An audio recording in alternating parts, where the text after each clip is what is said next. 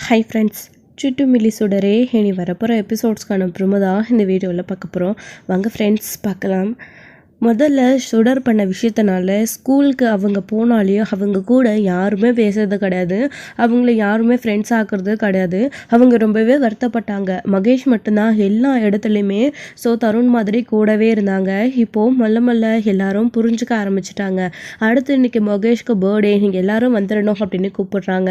அப்படியே lunch time முடிஞ்சதுக்கப்புறமா சீக்கிரமாக கிளம்பி வந்துடுங்க அப்படின்னு சொல்லிட்டு மகேஷ் வீட்டுக்கு போயிடுறாங்க. இவங்க 3 பேரையும் அவருடைய அப்பா கூட்டிகிட்டு போகிறதுக்காக வராங்க. கூட்டிகிட்டு போயிட்டு இருக்கும்போதே இந்த மாதிரி கிளாஸ் ஃப்ரெண்டு மகேஷோடைய பர்த்டேக்கு எங்களை கூப்பிட்ருக்காங்கப்பா, உங்களுக்கு கூட தெரியல, அன்றைக்கி ஒரு அங்கிளை மீட் பண்ணி நீங்கள் எவ்வளோ பேசுனீங்களே, சுடருக்கு கூட அவர் விஷ் பண்ணாரே, அவங்க வீட்டுக்கு தான்ப்பா, அவனுக்கு இன்றைக்கி பர்த்டேவா, எங்களை எல்லாரையும் கூப்பிட்ருக்கான், நீங்கள் எங்களை அங்கே கூட்டிகிட்டு போகிறீங்களாப்பா அப்படின்னு சொல்லிட்டு இங்கே தருண் அதுக்கப்புறம் சுடர் கேட்குறாங்க. தியாவும் ஆமாப்பா நானும் போகணும்னு ஆசைப்பட்றேன் அப்படின்னு கேட்கும்போது, இன்றைக்கி அப்பாவுக்கு ஒரு முக்கியமான வேலை இருக்கேடா அப்படின்னு சொல்கிறாங்க.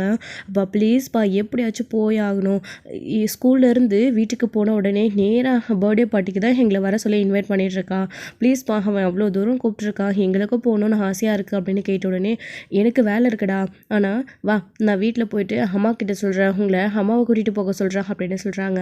சரிங்கப்பா அப்படின்னு சொல்லிட்டு பசங்க எல்லாருமே ரொம்பவே சந்தோஷப்படுறாங்க. வீட்டுக்கு போனதுக்கப்புறமா சண்முகம் சரளாக்கிட்டே விஷயத்தை சொல்கிறாங்க. ஏங்க நீங்களே பேசாமல் கூட்டிகிட்டு போயிட்டு வந்தீங்களே, அங்கே போயிட்டு வந்து சமைக்கணும், எனக்கு நிறைய வேலை இருக்குது, நான் எங்கேங்க அப்படின்னு சொல்லிட்டு இங்கே அவங்களுடைய மனைவி சொல்லிட்டு இருக்கவும், பிள்ளைங்க ஆசைப்பட்றாங்க, எனக்கு முக்கியமான வேலையெல்லாம் இருக்குது, எப்படியும் நாளைக்கு முகூர்த்த நாள் வருது, நிறைய ப்ளவுஸ்லாம் கொடுக்க வேண்டியது இருக்குது சரளா, ப்ளீஸ் இந்த டைமில் நான் செஞ்சால் மட்டும்தான் நமக்கு நல்ல லாபம் கிடைக்கும், இப்போ மிஸ் பண்ணோன்னா அப்புறம் மிஸ் பண்ணிகிட்டே இருப்போம், பிள்ளைங்களோட பர்த்டே ஃபங்க்ஷனுக்கு தானே கூட்டிகிட்டு போயிட்டு வந்துடுறேன் அப்படின்னு சொல்கிறாங்க. அம்மா ப்ளீஸ்மா கூட்டிகிட்டு போங்கம்மா அப்படின்னு பிள்ளைங்கள்லாம் கேட்குறாங்க. அதனால இங்கே சரளாவுமே சரி போகலாம் ரெடி ஆகுங்க அப்படின்னு சொன்ன உடனே வேகமாக எல்லாரும் பேக்கை கழட்டி வச்சுட்டு யூனிஃபார்ம்லாம் கழட்டி போட்டுட்டு அவங்க பாட்டுக்கு போயிட்டு அவங்களுக்கு பிடிச்ச புது ட்ரெஸ்லாம் வந்து போட்டுட்டு வந்து நிற்கிறாங்க. அப்படி போட்டுட்டு வந்து நின்னதுக்கப்புறமா நாங்கள் ரெடி கிளம்பலாமா அப்படின்னு சரளாவை அவசரப்படுத்திக்கிட்டே இருக்காங்க. சரளா அப்போ தான் சாரி கட்டிட்டு வந்து நிற்கிறாங்க. இருங்கடா நானும் ரெடி ஆகணும் இல்லை, நீங்கள் எல்லோரும் குயிக்காக ரெடி ஆகிட்டீங்க, அம்மா சாரி கட்டி ரெடியாக வேண்டாமா, அம்மாவுக்கு இந்த புடவை எப்படி இருக்குது அப்படின்னு கேட்குறாங்க. அதெல்லாம் சூப்பராக இருக்குமா, நீ எந்த புடவை கட்டினாலும் அழகாக தான் இருப்பேன், வாமா போகலாம் அப்படின்னு சொல்லிட்டு வேகமாக அவசரப்படுத்துகிறாங்க. இருங்கடா பிள்ளைங்களா, தான் சரளா பூ வாங்கிட்டு வந்திருக்கேன் பாரு, வச்சுட்டு போ அப்படின்னு சொல்கிறாங்க. கொடுங்க அப்படின்னு சொல்லிட்டு பூவையும் வாங்கி வச்சுக்கிட்டு சரிங்க நாங்கள் போயிட்டு வரோம் அப்படின்னு சொல்லிட்டு போயிட்டுருக்காங்க. நம்ம மகேஷ் வீட்டுக்கு போகிறோம்ல, அவனுக்கு ஏதாச்சும் கிஃப்ட் வாங்க வேண்டாமா, நம்ம வெறுங்கையோட போய் நிற்க முடியாது இல்லைம்மா அப்படின்னு கேட்குறாங்க. ஆமாம்மா சரி கிஃப்ட் வாங்கிட்டு போயிடலாம் அப்படின்னு சொல்லிட்டு போகிற வழியே ஆட்டோவை நிறுத்தி ஒரு கிஃப்ட் ஷாப் போயிட்டு அங்கே போயிட்டு ஒரு கிஃப்ட் வாங்கிட்டு கிளம்புறாங்க. அங்கே போயிட்டு ரொம்ப ஜாலியாக இருக்க போகுது அப்படின்னு, பிள்ளைங்களா அங்கே போய் நீங்கள் சேட்டெல்லாம் பண்ணக்கூடாது, புது வீட்டுக்கு போனால் கொஞ்சம் பொறுமையாக இருக்கணும் அப்படின்னு சொல்கிறாங்க. அதுக்கப்புறமா இவங்க வந்து அங்கே கிளம்பி போனதுக்கப்புறமா வீட்டுக்கு போயிட்டு இறங்குறாங்க. மகேஷோட வீட்டை பார்த்ததுமே சரளாவுக்கு அவ்வளோ பெரிய சந்தோஷமாக இருக்குது, இவ்வளோ பெரிய வீடு அப்படின்னு கொஞ்சம் பொறாமையாகவும் இருக்குது. உள்ளே போனதுக்கப்புறமா மகேஷ் அவங்கள பார்க்குறாங்க. பார்த்துட்டு என் ஃப்ரெண்ட்ஸ் எல்லாம் வந்துட்டாங்க அப்படின்னு சொல்லிட்டு எல்லாரையும் இன்வைட் பண்ணுறாங்க. அவங்களுமே உள்ளே வாங்க அப்படின்னு கூப்பிடுறாங்க. வந்த உடனே சரி மகேஷ் எல்லாரும் வந்தாச்சா, கேக் கட் பண்ணிடலாமா, இதுக்கப்புறமா வெயிட் பண்ண வேணாம் அப்படின்னு, நிறைய கேம்ஸு எல்லாம் விளையாடிட்டு சாப்பிட்டுட்டு அப்புறம் கேக் கட் பண்ணலாமே அப்படின்னு சொல்கிறாங்க. இல்லை மகேஷ் முதல்ல நீ கேக் கட் பண்ணு, எல்லாரும் சாப்பிட்டுட்டு அதுக்கப்புறமா விளையாடலாம், சுற்றி பார்க்கலாம், என்ன வேணாலும் பண்ணலாம், எல்லாரும் வெயிட் பண்ணுறாங்கல்ல, நிறைய பேர் இங்கே பெரிய அங்கிள்லாம் இருக்காங்கல்ல, அவங்கெல்லாம் போகணுன்னு ஆசைப்படுவாங்கல்ல வெளியில் போகணுன்னு, அதனால் நீ கேக் கட் பண்ணி முடிச்சுன்னா அவங்கெல்லாம் போவாங்க, நீ அதுக்கப்புறம் உன் ஃப்ரெண்ட்ஸ் கூட விளையாடலாம் அப்படின்னு சொல்லிட்டு ஸ்வேதா சொல்கிறாங்க. சரி ஸ்வேதம்மா அப்படின்னு சொல்லிட்டு சரி எல்லாரும் வந்தாச்சு அப்படின்னு சொல்லிட்டு கேக் எடுத்துகிட்டு வர சொல்லிட்டு கேக்கையும் கட் பண்ணிடுறாங்க. கேக் கட் பண்ணி சாப்பிட்டுட்டு ரொம்பவே சந்தோஷமாக இருக்காங்க. வாங்கிட்டு வந்த கிஃப்ட்டையும் பிள்ளைங்க 3 பேருமே மகேஷ்க்கு கொடுக்குறாங்க. அவரும் வாங்கிக்கிறாங்க. அதுக்கப்புறமா மற்றவங்க எல்லாருமே இருக்காங்க. ஸோ வெற்றி வந்து அந்த சமயத்தில் வேலையாக வெளியில் போயிருக்காரு. வெளியில் சாப்பாடெல்லாம் அரேஞ்ச் பண்ணல வந்திருக்கவங்களுக்கெல்லாம், அதெல்லாம் வந்து பார்த்துட்ருக்காங்க. அவங்க சரளா கண்ணில் அவங்க படுறது கிடையாது. ஸோ வேலையை பார்த்துட்ருக்காங்க. அதுக்கப்புறம் கொஞ்சம் நேரத்துலேயே வந்து பார்த்தீங்க அப்படின்னா கேக் கட் பண்ணி முடிச்சுட்டு பிள்ளைங்களால சாப்பிட்டுட்டு சரளாவுமே வந்துட்டு நீங்கள் எல்லோரும் போயிட்டு விளையாடிட்டு வாங்க, எனக்கு ரொம்ப டயர்டாக இருக்குது, நான் இங்கே கொஞ்சம் நேரம் உட்காந்து ரெஸ்ட் எடுக்கிறேன் அப்படின்னு சொன்னதோடும் அதுக்கப்புறம் பிள்ளைங்கள்லாம் விளையாடிட்டு இருக்காங்க. இருக்காங்க. மகேஷ் உன் ஃப்ரெண்ட்ஸ் எல்லாம் கூட்டிகிட்டு போய் நம்ம வீட்டை சுற்றி காட்டு அப்படின்னு உடனே சரி வாங்க எல்லாரும் போகலாம் அப்படின்னு சொல்லிட்டு வீட்டை எல்லாரும் சுற்றி காட்டிகிட்டு இருக்காங்க. இவங்க எல்லாரும் உட்காந்து பேசிகிட்டு இருக்காங்க. இன்னொரு சைடு மகேஷ் இவ்வளோ சந்தோஷப்படுறான் இல்லை அவனோட பர்த்டேவை கொண்டாடுறதை பற்றி அப்படின்னு சொல்லிட்டு அதை பற்றி அவங்களுடைய பாட்டியும் ஸ்வேதாவும் நின்று பேசிகிட்டு இருக்காங்க. இப்படி பிள்ளைங்க விளையாடிட்டு இருக்கும்போது தான் மேலே இதுதான் என் அம்மாவோட ரூம் அப்படின்னு சொல்லிட்டு மகேஷ் கூட்டிகிட்டு போய் காட்டுறாங்க. இந்த ரூம் ஏன் பூட்டி கிடக்கு அப்படின்னு சொல்லிட்டு தருண் கேட்குறாங்க. அப்போ தான் என் அம்மா இறந்ததுக்கு அப்புறமா இந்த ரூமை யாரும் திறக்கிறது கிடையாது, இந்த ரூமுக்குள்ளே நான் வந்தால் எனக்கு அந்த ஞாபகம் வரும், அம்மாவை பற்றி நான் கேட்பேன் அப்படின்னு யாருமே இந்த ரூம் பக்கமும் வர்றது கிடையாது, என்னையும் வர வேண்டாம்னு சொல்லிட்டு லாக் பண்ணிட்டாங்க. ஆனால் நீங்கள் என்னோடய ஃப்ரெண்ட்ஸ் இல்லை என் அம்மாவோட ரூமை உங்களுக்கு ஓப்பன் பண்ணி காட்டணும்ல அப்படின்னு சொல்லிட்டு உள்ளே வராங்க. உள்ளே வந்து இங்கே பார்த்தியா இதுதான் என் அம்மா அப்பா அப்படின்னு சொல்லிட்டு காட்டுறாங்க. இங்கே பார்த்த சுடர் இதுதான் என் அம்மா பார்வதி அப்படின்னு சொல்கிறாங்க. அப்போது இங்கே தியாவும் வந்துட்டு மகேஷ் வந்து சுடர் கூடயும் நல்லா ஒரு ஃப்ரெண்டாக இருக்காங்க, அதே மாதிரி நம்ம அண்ணனும் நம்மளை விட சுடர் கூட தான் ரொம்ப ஃப்ரெண்டாக இருக்கா அப்படின்னு அவங்களுக்கு சின்ன கோவம். இங்கே பர்த்டே ஃபங்க்ஷனுக்கு வந்த இடத்துல கூட அவகிட்ட மட்டும் எல்லாரும் நல்லா பேசுனாங்க அப்படின்னு, அதனால அவங்க அம்மா கூடவே இருக்கா அப்படின்னு சொல்லிட்டு அவங்க வர்றது கிடையாது. 2 பிள்ளைங்களும் வராங்க. ஸோ சுடரும் அதுக்கப்புறமா தருணும். ஸோ இங்கே மகேஷ் எல்லாத்தையும் சுற்றி காட்டிட்டு இருக்காங்களா. அப்போது ஃபோட்டோவெல்லாம் பார்த்துட்டு இவங்க தான் உன் அம்மாவா அப்படின்னு சுடர் கேட்குறாங்க. ஆமாம் இவங்க தான் என் அம்மா பேர் பார்வதி அப்படின்னு சொல்கிறாங்க. ஓ அப்படியா, உங்கள் அம்மா ரொம்ப அழகாக இருக்காங்க, ஆனால் சாரி தருண் உன் அம்மா இப்போ உங்க கூட இல்லைல்ல அப்படின்னு சொல்லிட்டு அதை நினச்சி கொஞ்சம் ஃபீல் பண்ணுறாங்க. விடு சுடர் இது என் அம்மாவோட ரூம் எப்படி இருக்குது அப்படின்னு சொல்லிட்டு எல்லாத்தையும் சுற்றி பார்த்துட்ருக்காங்க. அம்மா அதெல்லாம் என்னது அப்படின்னு சொல்லிட்டு தருண் கேட்குறாங்க. இதுவா இதெல்லாம் என் அம்மா எனக்காக சின்ன வயசில் வாங்கி வச்ச டாய்ஸ் அப்படின்னு சொல்கிறாங்க. ஓ அப்படியா அப்படின்னு அதை எடுக்கும்போது கை தவறி கீழே கொட்டிடுறாங்க. அதை சுடருக்கும் தருணுக்கும் காட்டணும்னு மகேஷ் எடுக்கும்போது அப்படி கொட்டிட்டு தான் அதுலேருந்து டைரி வந்து விழுந்துருது. சாகும்போது பார்வதி அந்த டைரியில் எழுதி வச்சுட்டு தான் செத்தாங்க. அவங்களுக்கு விஷம் கொடுத்ததுக்கப்புறமா ஸோ கத்தியால் அவங்கள குத்திட்டு வேகமாக போயிட்டு அபியோட ரூமை திறந்து விட்டுட்டு கண்ணா ஓடி போய் ஒழிஞ்சிக்கிட்டாரு. அந்த சமயத்தில் அவங்களுக்கு உயிர் இருக்கிறப்போ தான் அதை வந்து எழுதி வச்சாங்க. எழுதி வச்சுட்டு ஸோ மகேஷை பார்க்கணுன்னு வரும்போது தான் அந்த இடத்துல அவங்க கீழே விழுந்துட்டாங்க. வேகமாக அபி ஓடி வந்து அந்த கத்தி எடுத்து அவங்கள காப்பாற்றணும்னு பார்த்தாங்க. அதுக்குள்ளேயே அவங்க செத்து போயிட்டாங்க. அது பார்த்த வெற்றி தான் ஸோ அபி தான் கொலை பண்ணாங்க அப்படின்னு சொல்லிட்டு அவங்கள ஜெயிலில் பிடிச்சி போட்டுட்டாங்க. ஸோ இப்போது அந்த டைரியை இது யாரோட டைரி அப்படின்னு சொல்லிட்டு இங்கே சுடர் கேட்குறாங்க. அது தெரியலையே சுடர் என் அம்மாவோடைய தான் இருக்கும், நான் இது வரைக்கும் அதை பார்த்ததே இல்லை அப்படின்னு சொல்லிட்டு தருண் சொல்லிட்டு கீழே விழுந்த பொம்மையை 2 பேரும் எடுத்து வச்சுட்டு இருக்காங்களா. சுடரும் அதாவது தருணும் மகேஷும். அப்போ சுடர் வந்து அந்த டைரி எடுத்து ஓப்பன் பண்ணி பார்க்குறாங்க. ஒவ்வொரு பேஜாக படித்து பார்த்துட்டே இருக்காங்களா. அப்படி படித்து பார்த்துட்டு வரும்போது தான் அங்கே இவங்க பார்வதி எழுதி வச்சதையும் படிச்சிடுறாங்க. ஸோ அபி மகேஷை வந்து கர்ணா கிட்ட கொடுக்காதீங்க, ஸோ அவன் கெட்டவன், ஸோ அவன்கிட்ட கொடுக்காதீங்க, ஸ்வேதா கையில் மகேஷை ஒப்பழைங்க, அந்த கர்ணா நல்லவன் கிடையாது, அந்த என்னை கொலை பண்ணது அந்த கர்ணா தான், அவன் நல்லவன் கிடையாது அப்படின்னு சொல்லிட்டு அவங்க அதில் எழுதியிருக்காங்க. அதை சுடர் படித்து பார்த்துடுறாங்க. படித்து பார்த்ததுக்கப்புறமா யார் ஸோ மகேஷோடைய அம்மா பேர் தான் பார்வதி, இந்த கர்ணான்றது யார் அபின்னு பேர் எழுதியிருக்கு, அபின்னது நம்ம அம்மாவோட பேராச்சியா அப்படின்னு சொல்லிட்டு யோசிக்கிறாங்க.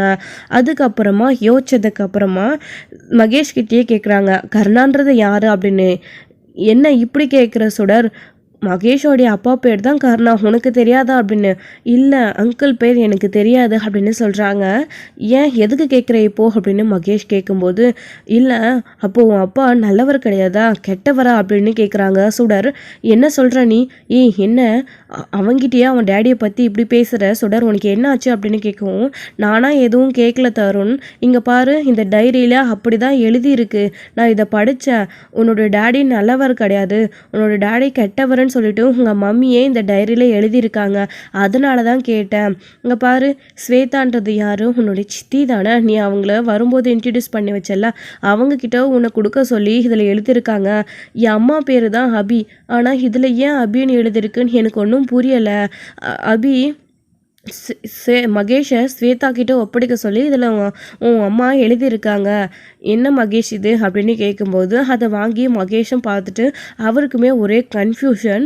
அப்படி அதை அவர் படித்து பார்த்ததுக்கு அப்புறமா நம்ம டேடியை பற்றி இதில் அம்மா எழுதியிருக்காங்க, ஸோ தப்பாக இருக்குது, இதில் அப்பா நல்லவர் கிடையாது அப்படின்னு எழுதியிருக்க உடனே குழந்தைங்க என்ன பண்ணுறாங்க அப்படின்னா மகேஷ் அதை எடுத்துக்கிட்டு கீழே வராங்க.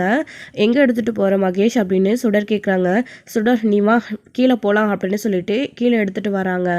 ஸோ கீழே எடுத்துகிட்டு வந்த உடனே அதை ஸ்வேதா கிட்ட இல்லை அவங்களுடைய அப்பா கிட்டேயே கொடுத்து இதில் இருக்கிறத படிக்க சொல்லலாம், இது யார் எழுதியிருப்பாங்கன்னு கேட்கலாம் அப்படின்னு மகேஷ் வந்தாங்களா. ஆனால் அதுக்குள்ளேயே படியில் இறங்கி வரும்போது ஸோ அவர் தெரியாமல் கீழே ஸ்லிப்பாகி விழுந்துடுறாங்க. அதில் அந்த டைரி ஸோ படிக்கு கீழே போயிடுது. மகேஷ் பார்த்து அப்படின்னு சொல்லிட்டு இங்கே ஸ்வேதா அதுக்கப்புறம் எல்லாரும் ஓடி போயிட்டு தூக்குறாங்க. பார்த்து வரக்கூடாதா அப்படின்னு. இல்லை ஸ்வேதாம்மா படி ஸ்லிப் ஆகிடுச்சு அப்படின்னு சொல்கிறாங்க. சரி பார்த்து வா அப்படின்னு சொல்லிட்டு காலை எங்கேயாச்சும் அடிபட்டுருச்சா அப்படின்னு பார்க்குறாங்க. ஸோ இங்கே கருணாவும் ஓடி போய் எதுவும் ஆகலைல்ல அப்படின்னு கேட்குறாங்க. எதுவும் ஆகலை அப்படின்னு உடனே சரி வா ஃப்ரெண்ட்ஸுக்கு வீட்டெல்லாம் சுற்றி காட்டிட்டியா அப்படின்னு கேட்குறாங்க. ஆப்பா சுற்றி காட்டிட்டா அப்படின்னு சொல்கிறாங்க. சரி வாங்க அங்கே கேம் ஏதாச்சும் விளையாடலாம் அப்படின்னு சொல்கிறாங்க. கேமா ஜாலி அப்படின்னு சொல்லிட்டு பிள்ளைங்க எல்லாருமே ஆர்வத்தோடு ஓடி போகிறாங்க. அப்போ தான் என்ன விளையாட்டு விளையாடலாம் அப்படின்னு கேட்குறாங்க. ஸோ இங்கே ரூமில் கொஞ்சம் தலைவலியாக இருக்குது அப்படின்னு சொல்லிட்டு ஸ்வேதா தெரிஞ்சுக்கிட்டு அவங்கள இந்த கெஸ்ட் ரூம் இருக்குல்ல அதில் நீங்கள் ரெஸ்ட் எடுங்க அப்படின்னு சொல்லிட்டு இங்கே சுடரோடைய அத்தையே சொல்லியிருக்காங்க. அதனால அவங்க போயிட்டு ஸோ அங்கே தியாவை கூட சேர்ந்து அங்கே ரெஸ்ட் எடுத்துகிட்டு இருக்காங்க. இங்கே கேம் விளையாடுறாங்க அப்படின்னு உடனே தியாவும் நானும் போகிறேன் அப்படின்னு சொல்லிட்டு அவங்க அம்மா கிட்ட சொல்லிட்டு வெளியில் வந்துடுறாங்க. வெளியில் வந்ததுக்கப்புறமா இங்கே கேம்லாம் விளையாடிட்டு இருக்காங்க. ஸோ எல்லோரும் ஆக்சுவலி இந்த மாதிரி சேரை போட்டி வச்சு தான் அதில் உட்கார சொல்லுவாங்க பாட்டு போட்டுட்டு. ஆனால் இவங்க ரவுண்ட்ஸ் போட்டு வித்தியாசமாக விளையாடுறாங்க. அப்படி விளையாடிட்டு இருக்கும்போது எல்லோரும் தோற்று போயிடுறாங்க. கடைசியாக சுடரும் ஸோ வெற்றியும் மட்டும்தான் இருக்காங்க. அந்த கேம் விளையாடும் போது வெற்றி வந்துடுறாரு. அப்படி விளையாடும் போது சுடர் ஜெயிக்கணும்னு ஆர்வமாக விளையாடிட்டு இருந்தாங்களா, அதை பார்த்த வெற்றியை அவங்களுக்கு விட்டு கொடுத்துடுறாங்க. அவங்க ஜெயிச்ச உடனே அவ்வளோ சந்தோஷம். புலிக்குட்டி கேட்குறாங்க கூட இருக்கிறவர், ஏன் நீ விட்டு கொடுத்த மாதிரி தெரியுதே அந்த பாப்பாவுக்காக ஏன்டா அப்படின்னு கேட்கும்போது என்னமோ அவள் தோத்துட்டா இவளோட சந்தோஷம் கிடைக்காம போயிடுமோன்னு நினச்சேன், அதான் விட்டு கொடுத்துட்டேன், பார்த்தியா அவள் எவ்வளோ சந்தோஷமாக இருக்குது, என்னென்னு தெரியல அவளை தோக்கடிக்க எனக்கு மனசு வரல அப்படின்னு வெற்றி சொன்னதும் இவருமே ஏதோ ஒரு மனசில் ஓரமாக ஈரம் இருக்குல்ல உனக்கும் அப்படின்ற மாதிரி புலிக்குட்டி பேசிகிட்டு இருக்காரு. என்னடா சின்ன குழந்தை தானே, அவளுடைய முகத்தில் இருக்கிற சந்தோஷம் தானே முக்கியம், என்னன்னு தெரியலடா இந்த பாப்பாவை போக்கும்போதெல்லாம் ஒரு மாதிரியாக இருக்குது அப்படின்னு சொல்லிட்டு வெற்றி சொல்லிக்கிட்டே இருப்பார். அது என்னன்னு தான் தெரியல, இந்த பாப்பாவுக்கு எனக்கும் ஏற்கனவே தொடர்பு இருக்கிற மாதிரியே தோணுது அப்படின்ற மாதிரி வெற்றி சொல்லிகிட்டு இருக்காரு. என்னவா இருக்கும் அப்படின்னு யோசிச்சுட்டு இருக்காங்க. என்னதான் இருந்தாலும் அவர் ரத்தத்தில் அவருடைய குழந்தை இல்லைங்களா, அவருக்கு அந்த குழந்தை மேலே பாசம் இருக்காதா? கண்டிப்பாக. ஸோ வெற்றியை பற்றின விஷயம் சுடருக்கு தெரிஞ்சாலும் சரி, அபி கொலை பண்ணிட்டா இல்லை கொலை பண்ணலை, இது அபியோட குழந்தை தான், இது தன்னுடைய பொண்ணு அப்படின்னு வெற்றிக்கு தெரிஞ்சாலும் கண்டிப்பாக சுடரை அவங்க வெறுக்க மாட்டாங்க. சுடரால் அதாவது வெற்றியால் எந்த ஒரு ஆபத்தும் சுடருக்கு கண்டிப்பாக வராது. தான் பிள்ளைன்னு தெரிஞ்ச உடனே அபிக்கிட்ட இருந்து சுடரை பிரித்து கூட்டிகிட்டு வந்து தான் வளர்க்கணும்னு நினைப்பாரே தவிர சுடரை ஏதாச்சும் பண்ணணும் அப்படின்னு அவர் நினைக்க மாட்டார். ஆனால் அபியோட குழந்தை அப்படின்னு தெரிஞ்சால் கண்டிப்பாக கர்ணா ஏதாச்சும் சுடரை பண்ண வாய்ப்பு இருக்குது. விளையாடி முடிச்சதுக்கப்புறமா சரி போதும் விளையாடுனது வாங்க அப்படின்னு சொல்லிட்டு எல்லாரும் உள்ளே போகிறாங்க. கிளம்பலாமா அப்படின்னு சொல்லிட்டு அவங்களுடைய அம்மா கேட்டுட்ருக்காங்க. ரொம்ப தலைவாளியாக இருக்குது அப்படின்னு சொல்லிட்டு. நான் 3 பேரையும் கூட்டிகிட்டு வீட்டில் ட்ராப் பண்ணிடுறேன் ஆண்டி, நீங்கள் வேணால் வீட்டுக்கு போங்க, இன்னும் கொஞ்ச நேரம் நான் இவங்க கூட விளையாடுறேன் அப்படின்னு மகேஷ் கேட்குறாங்க. மகேஷ் அவங்க தான் வீட்டுக்கு போகணுன்னு சொல்கிறாங்கல்ல விடு அப்படின்னு சொல்லிட்டு இங்கே சொல்லிகிட்டு இருக்காங்க. ஸ்வேதா இல்லைம்மா நான் அவங்க கூட கொஞ்சம் நேரம் விளையாடணும் அப்படின்னு சொன்னதும் இருக்கட்டும் விடுங்க, பிள்ளைங்க ஆசைப்படுறாங்கல்ல, சரி நீங்கள் விளையாடிட்டு வாங்கன்னு ஆட்டோ பிடிச்சி வீட்டுக்கு போகிறேன் சார், கொஞ்சம் அவங்கள பத்திரமா வீட்டுக்கு மட்டும் அனுப்பி வச்சுருங்க அப்படின்னு சொல்லிட்டு கர்ணா கிட்ட அவங்க அங்கேருந்தே கிளம்பி போயிடுறாங்க. அப்படி பிள்ளைங்க திரும்பவும் விளையாடிட்டு இருக்காங்களா. அப்படி விளையாடிட்டு இருக்கும்போது தான் அந்த டைரி எங்கே போச்சு மகேஷ் அப்படின்னு சொல்லிட்டு தருண் கேட்குறாங்க. ஆமாம் இல்லை அது இங்கே தான் இங்கே விழுந்துச்சு அப்படின்னு அந்த டைரியை தேடிட்டு இருக்காங்க. என்ன மகேஷ் என்னத்தை தேடுறா அப்படின்னு. இல்லை ஸ்வேதாம்மா அம்மாவோட ரூமில் ஒரு டைரி இருந்துச்சா, அதை நான் படித்தேன், அதை எடுத்துகிட்டு உங்ககிட்ட காட்டலான்ற வழக்கு எங்கேயோ விழுந்து போச்சு அப்படின்னு தேடுறாங்க. ஸ்வேதா தான் இதுவா மகேஷ் அப்படின்னு சொல்லிட்டு அவங்களே அதை எடுக்கிறாங்க. அவங்க கையில் தான் அது படுது. அப்படி எடுத்த உடனே ஆமாம் ஸ்வேதாம்மா அப்படின்னு, இதில் அப்படி என்ன எழுதியிருக்கு அப்படின்னு சொல்லிட்டு ஓப்பன் பண்ணி ஸ்வேதா பார்க்குறாங்க. அதில் என்ன இருக்குன்னு சொல்லிட்டு மகேஷ்க்கு அதாவது கருணாக்கு தெரியாது இல்லைங்களா, அவரும் இது வரைக்கும் அந்த டைரியை படித்து பார்த்ததே கிடையாது. இப்போது அது ஸ்வேதா கைக்கு போயிடுச்சு. அவங்க அதை படித்து பார்த்த உடனே கருணாவை பார்த்து அவ்வளோ கோவமாக முறைக்கிறாங்க. வெற்றி மற்றவங்க எல்லாரும் அந்த இடத்துல தான் நிற்கிறாங்க. என்னாச்சு ஸ்வேதா, அதில் என்ன எழுதிருக்கு? மகேஷ் எதை உங்ககிட்ட சொல்ல வந்தான் அப்படின்னு சொல்கிறாங்க. எந்த விஷயம் மகேஷ்க்கு தெரியக்கூடாதுன்னு பார்வதி அக்கா எழுதி வச்சுட்டு போயிட்டாலோ அந்த விஷயம் மகேஷ்கே இப்போ தெரிஞ்சிடுச்சு அப்படின்னு சொல்லிட்டு ஸ்வேதா சொல்கிறாங்க. எதை பற்றி நீ சொல்கிற அப்படின்னு சொல்லிட்டு, இங்கே பாருங்க, அப்போது என் அக்காவுடைய சாவுக்கு நீங்கள் தான் காரணமா அப்படின்னு சொல்லிட்டு ஸ்வேதா கேட்கவும், இதை கேட்டு கர்ணா பயங்கர ஷாக் ஆகுறாங்க. அப்படி என்ன அதில் எழுதியிருக்கோம், இவ இந்த அளவுக்கு நம்ம மேலே கோவப்படுறா, கரெக்டாக உண்மையாக கண்டுபிடிச்சிட்டாலே அப்படின்னு கர்ணா யோசிக்கிறாரு. என்ன சொல்கிற ஸ்வேதா, நீ ஏதோ தப்பாக புரிஞ்சுக்கிட்டு பேசுகிற போல இருக்கு அப்படின்னு சொல்கிறாங்க. நான் கரெக்டாக தான் பேசியிருக்கேன், இது பார்வதி அக்காவோட கையெழுத்து தான். பார்வதி அக்கா கைப்பட எழுதி வச்சுட்டு போயிருக்காங்க. என் அக்காவை அப்போ நீ தான் கொலை பண்ணியா? அந்த அபி இல்லையா, சொத்துக்காக அவள் தான் கொலை பண்ணிட்டான்னு இத்தனை வருஷமாக நினச்சிட்டு இருந்தோம். ஆனால் கூடவே இருந்து என் அக்காவை கொலை பண்ணிட்டு துரோகம் பண்ணிட்டு இருந்தே. சொல்லு, எதுக்காக என் அக்காவை கொலை பண்ண? என் அக்கா உனக்கு என்ன பாவம் பண்ண அப்படின்னு சொல்லிட்டு பெரிய பிரச்சனையாகிடுது. குழந்தைங்க இதை பார்த்து பயப்படுறாங்க. வெற்றியும் இதை பார்த்துட்டு, என்ன சொல்கிறீங்க நீங்கள், எதுக்கு தேவையில்லாமல் கர்ணா மேலே பழிய போடுறீங்க, அவ கொலை பண்ணதுக்கு அப்படின்னு சொல்கிறாங்க. யாரு? நானும் அப்படி நினச்சி தான் இத்தனை வருஷமாக அவன் மேலே கோவத்தில் இருந்தேன். ஆனால் இந்த டைரியை பாருங்கள், உங்களுக்கே எல்லாம் புரியும் அப்படின்னு ஸ்வேதா சொன்னதுக்கு அப்புறமா வெற்றியும் அதை வாங்கி பார்க்குறாங்க. வீட்டில் அவங்களுடைய அம்மாவும் வாங்கி பார்த்துட்டு ரொம்பவே கோவப்படுறாங்க. கர்ணா, நீயா நீயா பார்வதி அக்காவை கொன்ன அப்படின்னு சொல்லிட்டு வெற்றி கேட்கவும், வெற்றி நீங்கள் எல்லாரும் என்ன தப்பாக புரிஞ்சுக்கிட்டு பேசுகிறீங்க அப்படின்னு, இப்போ தான் உங்களை நாங்கள் கரெக்டாக புரிஞ்சிட்டு இருக்கோம். இத்தனை வருஷமாக பார்வதி அக்காவை கொலை பண்ணிவிட்டு யாருன்னு தெரியாமே நாங்கள் கூடவே உங்களை வச்சுட்டு இருந்தோம் பாருங்கள், எதுக்காக கொலை பண்ணீங்க அப்படின்னு கர்ணா கிட்ட கோவப்பட்டுட்டு பயங்கரமாக சண்டை போட்டுட்ருக்காங்க. எந்த விஷயம் தெரியக்கூடாதுன்னு கர்ணா மறைச்சாரோ அந்த விஷயம் இப்போ வெற்றிக்கு, ஸ்வேதாக்கா, அவங்களுடைய அம்மாவுக்கு எல்லாருக்குமே தெரிஞ்சு போச்சு. ஸோ இதோட இந்த எபிசோட வந்து முடிச்சிருக்காங்க. அடுத்தடுத்த எபிசோடில் என்ன நடக்க போகுது, வெற்றி கர்ணாவை என்ன பண்ண போகிறாரு, அடுத்து ஸ்வேதா என்ன பண்ண போகிறாங்க, மகேஷை இதுக்கப்புறம் கர்ணா கிட்ட விட்டு வைக்க போகிறாங்களா, என்ன நடக்க போகுது அப்படின்றது எல்லாத்தையுமே வெயிட் பண்ண நெக்ஸ்ட் வீடியோவில் பார்க்கலாம். Friends, thank you. இந்த வீடியோ உங்களுக்கு பிடிச்சிருந்தா லைக் பண்ணுங்கள், ஷேர் பண்ணுங்கள், கமெண்ட் பண்ணுங்கள், மறக்காமல் பெல் ஐக்கானை கிளிக் பண்ணி வச்சுக்கோங்க.